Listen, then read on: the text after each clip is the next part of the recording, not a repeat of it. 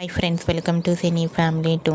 TV serial beautiful actress Tejaswini Gowda social మీడియాలో చాలా యాక్టివ్గా ఉంటూ తనకు సంబంధించిన ప్రతి లేటెస్ట్ అప్డేట్స్ని ఎప్పటికప్పుడు షేర్ చేస్తూ ఉంటుంది.